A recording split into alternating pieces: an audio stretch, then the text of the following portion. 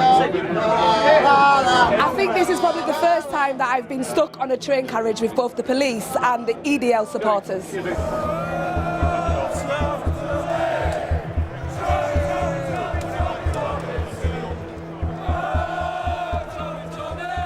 Hi, I'm Sapphire. I grew up and lived in Leeds for 19 years, so I suppose you could say I'm a proper Leeds lass.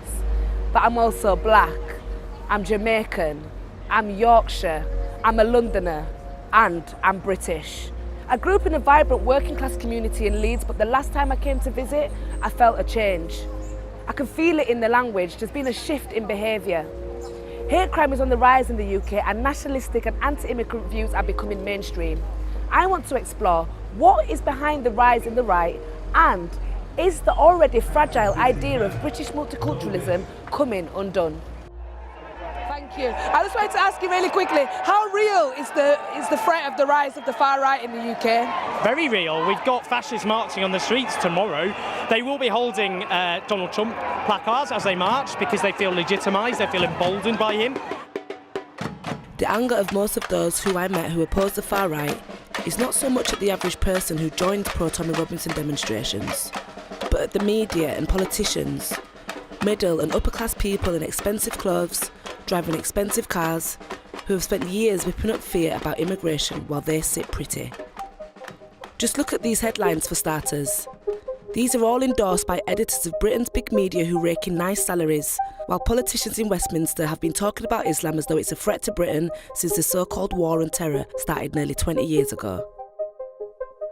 Former Foreign Secretary Boris Johnson saying things like women wearing burqas look like bank robbers is just the tip of the iceberg. So why should the people who fall for this stuff be the ones who get most of the blame? We also see the rise of the far right, not just in political parties, but how they're polluting the political discourse, normalising racism, the hostile environment that we see here, the demands for walls and fences. That was a demand of the fascists. It's now being articulated by mainstream politicians. The far right is on the march everywhere, and the lesson you learn from history is when the far right feel emboldened, they're strong, you don't sit back, you fight back.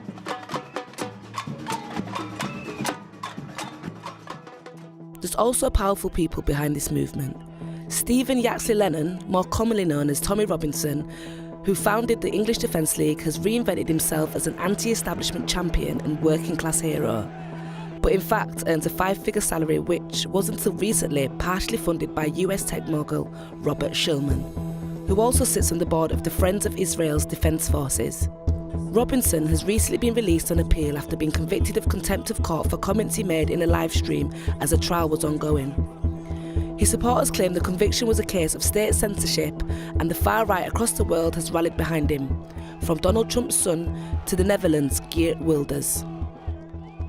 But in reality, the comments he made put the trial in question at risk of collapse, so I wanted to know, what's really behind all this Tommy Robinson mania?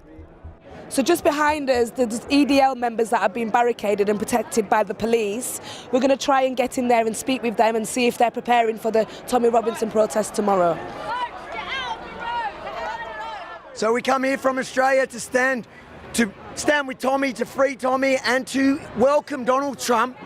All the beautiful rights that we get to enjoy in the Western world, we're here to stand for them, because if Britain falls, Australia is next. I live in East London. I have never seen so much money spent on London. I don't know what this austerity is about. If you sound like us, you don't get the same rights. The only people that are fighting for this country, the people in it and the children's future, are standing here. And there's thousands which you'll see tomorrow if you go to Tommy's march. Where is that tomorrow? Whitehall. Whitehall. What time? 2? 3 o'clock. So today we've seen thousands of people protesting against Donald Trump and showing absolute resistance. Tonight we just saw a few sprinklings of Tommy Robinson protesters. I'm guessing tomorrow we'll see more of that.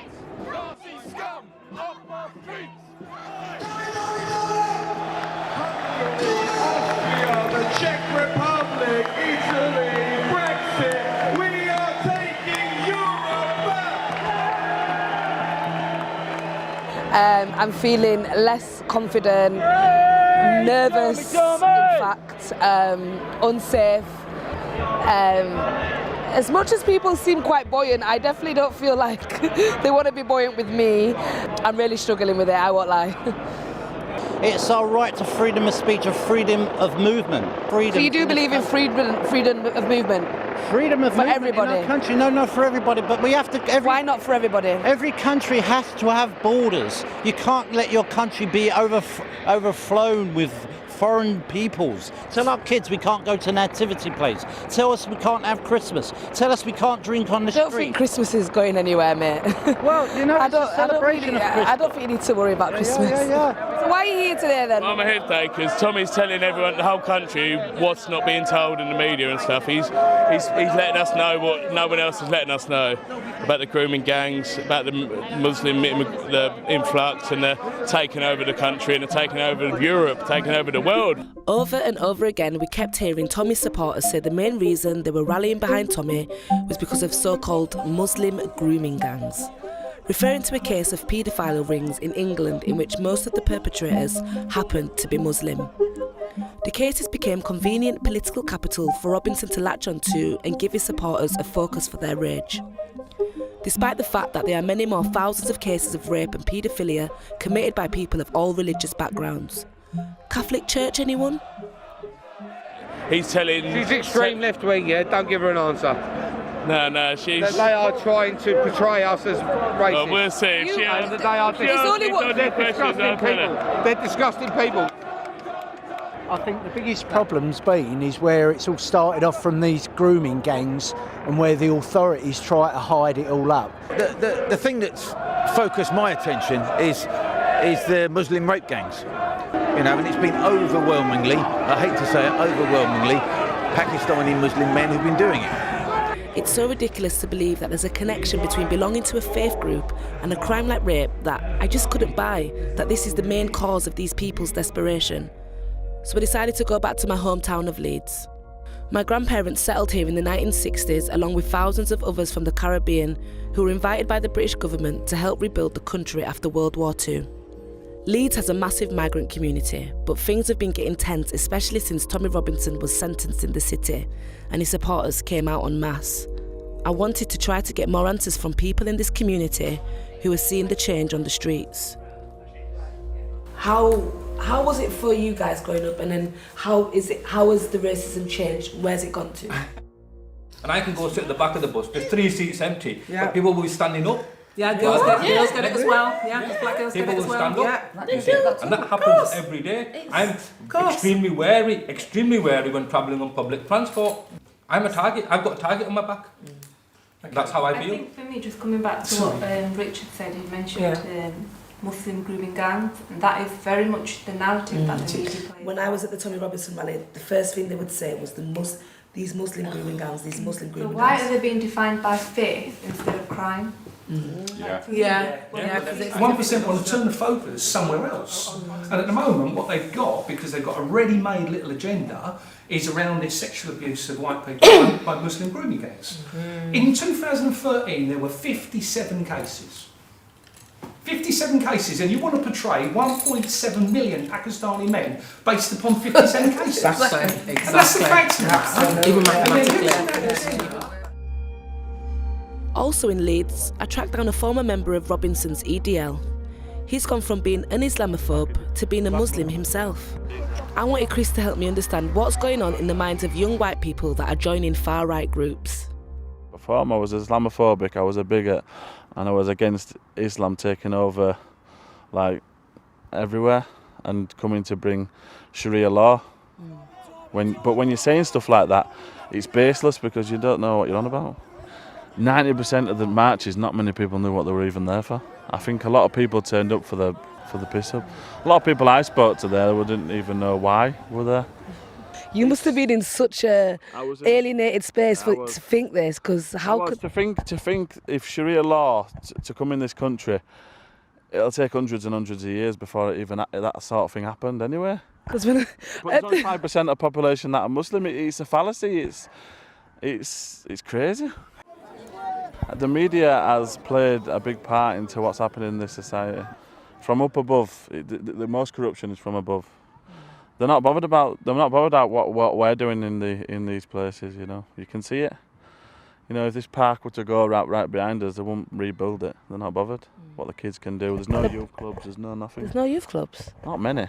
Not when I was a kid. There were loads. Yeah, when I was growing up, there were loads. How old are you? I'm 28. 29. Yeah, me too. I met one of my youth workers the other day. I had so much to do growing up. There was so much to do, but what for kids now? And when they're at home and the family's going, oh, these bloody immigrants are here and these immigrants, and that's all they're hearing. Back in London, outside the Supreme Court of Justice, where Tommy Robinson was appealing his conviction, I wanted to see if I could find some common ground with his supporters in a more calm setting than the earlier demonstration. Yeah? All right, we're rolling. So tell me why you're here today. I'm here today in support of Tommy. Firstly, for what our establishment did to him. Yeah, he was... What did the establishment do to him? Right, basically, they arrested him for contempt of court. I want it to give them a chance, and when they speak about class and when they speak about being left behind, I understand, and that's how I feel about black people and working class people. And I'm like, yeah, I get that. We're obviously on different sides, we believe in different things, but we're fighting the same thing. Yeah, against the establishment.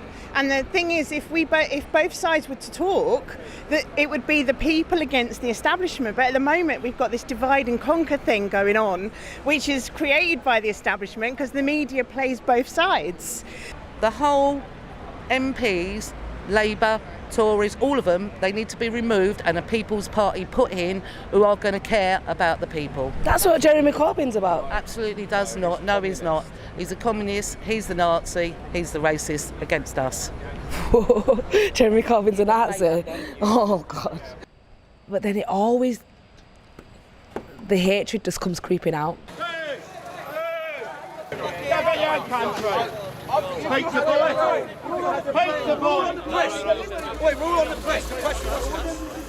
And this hatred is translating into a rise in hate crimes on the streets. Last year alone, there was a 20% increase in Islamophobic attacks. Leeds has been no exception, and rising anti-Islamic hatred isn't just affecting the Muslim community. Hate crime has more than doubled in Leeds in the past 4 years. An example of that is this arson attack which happened at a Sikh temple in Beeston the morning after the Tommy Robinson gathering on June the 4th, 2018. I'm just a member of this congregation. We do all sorts of work here. We serve people, we do building work, we do everything here. And it's somewhere for the Sikh community to come together? Yes. And does it surprise you that hate crime has doubled in the past 4 years in Leeds? It doesn't surprise me. I've lived here for over 50 years and I have seen phases go through. But yet I was surprised, particularly the attack on Gurdwara here, simply because I believe it's a mistaken identity. People think about mosques and the guy who has done this might have thought this is a mosque as well. Of course, Islamophobic is a big topic these days, even in politics. Gohar Almas is a Labour politician from Leeds. He blames the rising racist sentiment on the policy of austerity, which has seen ruthless cuts and privatisation carried out by the Conservative government since the financial crash. This policy has driven up poverty levels in Britain. Poverty, I would say, and deprivation is mother of all evils. If you deprive a community, it gives birth to all sorts of evils, whether it be petty crimes and whether it be serious crimes, whether even it be race relations. It divides communities and there's a lot of resentment, like for example, within the communities, then people start to blame each other. So why are you getting more than I'm getting? Why are you living comfortably compared to me? Why have you got this and why have I haven't got this? So you get that fight between the haves and the have-nots. Councillor Almas and I stopped talking race relations for a moment whilst I danced to the theme tune of my childhood and enjoyed an ice cream while listening to local music hero Jumbo. Jumbo, Hey Jumbo Bumbo! How you doing? You alright? Good. Why don't you sing us that rap thing that you've got? You're right, I'm Sapphire. I'll pay you for it. I'm not. No, I don't know money. Can I sing you one of my first songs? Yeah, that'll be alright. So listen to this. Alright. Yeah. Say no to gangs and knives, say no to gangs and knives, say no to gangs and knives. The way these kids going, they ain't ever going to see paradise. Let's spin the dice. So at the Tommy Robinson rally, I was asking him, why do you support Tommy Robinson? What is it about him? And they're worried that their identity is being ruined by Sharia law and by Muslims and Islam. What are your thoughts on that? I think there's a lot of mythology and a lot of manipulation that goes on in terms of presenting Muslims and who Muslims are. Muslims are not from Mars, they're from the same planet, you know. And Muslims are your doctors, Muslims are your daily taxi drivers, Muslims are your takeaway guys, Muslims are your shopkeepers, Muslims are, you know, your secretaries, Muslims are everything, your surgeons. So everything that a normal person does, a Muslim does. But as Gohar said, this really is not about religion, but economics. History shows that the rise of the right is always connected to economic crises. In other words, crises of capitalism fertilises the ground for right-wing extremism to grow. This goes all the way back to the Wall Street crash of 1929 that sent shockwaves across the world and triggered the 10-year Great Depression. The most infamous beneficiary was Germany's Nazi Party, which was elected in 1933 on the slogan of work, freedom and bread. 40 years later, during the global recession of the 1970s, Britain's National Front was just one of Europe's far-right parties to see its membership grow. This period was arguably the height of the party's success, although it faced incredible resistance as working-class neighbourhoods opposed them, most famously in the Battle of Lewisham in south-east London. And while the current rise of the far-right in Europe is often connected to the 2015 refugee crisis, it actually has its roots in the 2008 economic crash. In England, Robinson's English Defence League was founded 1 year after it, and since, far-right parties across Europe have been doing better at the ballot box than ever before the crisis.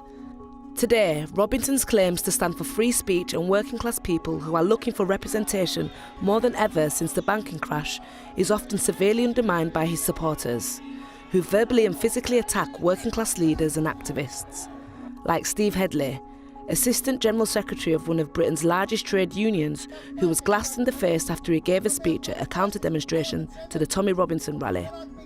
Headley blames the government for the brazenness of the far-right. We got attacked by a load of thugs, completely unprovoked, EDL, FLA thugs. I got hit in the face with a glass, and my partner got hit in the side with a metal chair. She was in hospital for 2 days. In the last 30 years in Britain, there's been no mainstream party representing the interests of the working class. We had a Blairite Labour Party, which was neoliberal and did workers no favours. Workers got poorer under Labour. They got even worse when the recession hit and the banking crisis under, I believe it was David Cameron, and then continued by Theresa May. And of course the bosses' profits in the top 1%, their salaries have gone through the roof in the same period where working class people have been paying the price. There is obviously anger. But I have to say as well, I mean, the EDL, the FLA, they're not fascists, but they have organised fascist elements working amongst them. People that I've known for 30 years. The frustrations I heard are real. We're living in an increasingly divided and unequal society. But to blame rape gangs and Sharia law, it's absurd. Racial prejudice is old history in this country, and I fear these English lads' discontent is being preyed on by opportunistic elites who are trying to turn social injustice into a problem of racial identity. Whitehall is closed. Please exit via the Strand or Northumberland Avenue. Please exit via the Strand or Northumberland